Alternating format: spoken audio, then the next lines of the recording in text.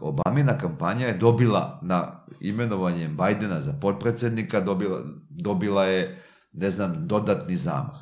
Dakle, na osnovu toga, vi posle možete da pratite porodicu 2014. laborizma i tako dalje, osam Bajdena koji zarađuje. Ovo na Kosovu, pa ko je uzeo čar? Pa šta mislite da je Bob Biden, po kome se zove autoput, tamo otišao da uči neku demokratiju nečemu? Nego tamo se dogodilo na Kosovu se slije 2007. do nekih narednih nekoliko meseci $10 milijardi. Znaš šta je $10 milijardi kad se slije za kratak rok? Pa mislim, znaš, to je bio izazov za ekipu da ode i da... To je bila takva pljačka da je to, pa vidi, šta je napravljeno $10 milijardi?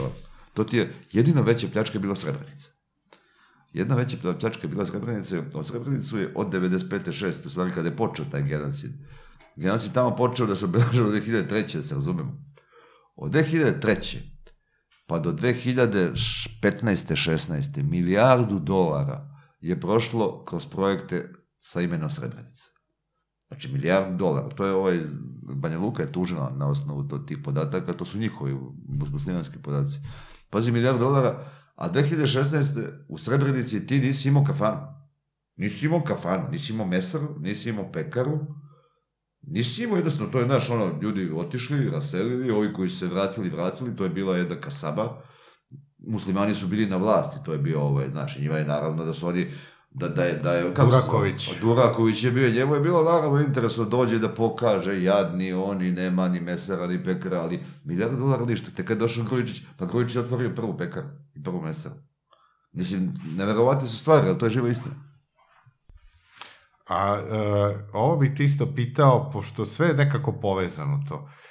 Ovo što se desilo u Moskvi, je li trebalo da izazove jednu konfrontaciju unutar Ruske federacije, da se, ne znam, da se okrenu protiv muslimana Rusiji, da krene to razbijanje tog mekog trbuha Rusije, pričam i o Kavkazu, ali ne zapostavljam ni ovaj deo Srednje Azije, gde su ovi takozvani stanovi. Kako da ne, pa svi ti stanovi, tu su, kažem, Tadžikistan i Kirgistan su tu zemlje koje su bivše članice Sovjetskog saveza, koje su najranjivije na to, znači najsiromašnije.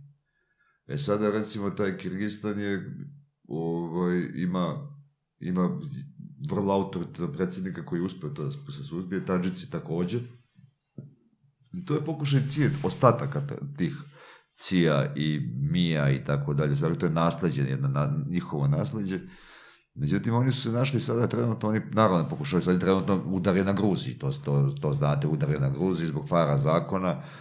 Dakle, vi imate gruzijski parlament koji treba da donese zakon koji je isti kao američki zakon iz 1933. Dakle, ako si taj, ne znam, ako dobijaš više od 28 sredstava iz stranih izvora, moraš da navedeš da si strani agent. To je onaj zakon koji je prethodno doneo u Rusiji, 1933. godine, takav zakon je donet